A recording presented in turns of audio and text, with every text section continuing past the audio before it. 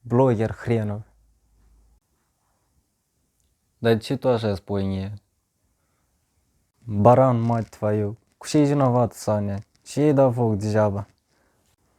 Și chiar ești așa de ment și nu înțelegi gluma? Înainte ca să scrii comentarii, te uiți la video până la urmă și citești descriere. Pe urmă comentezi, mă.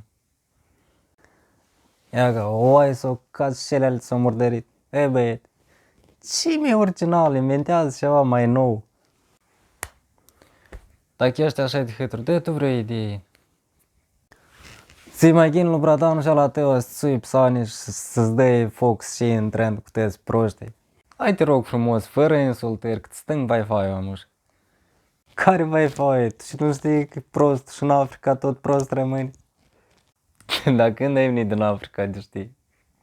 Bă băiete, vine-ți în fire, cine dracu te bagă la mine pagină să postez? Postează lui măta și lui taică-tu. Stop. Alegi cuvintele, te rog frumos. Ai gata, nu ți spăra, dacă serios arde bine, bravo, o măt ești și va mai fi. Am mai gândit să lăsăm tot negativul ăsta și privește partea haioasă a videoului.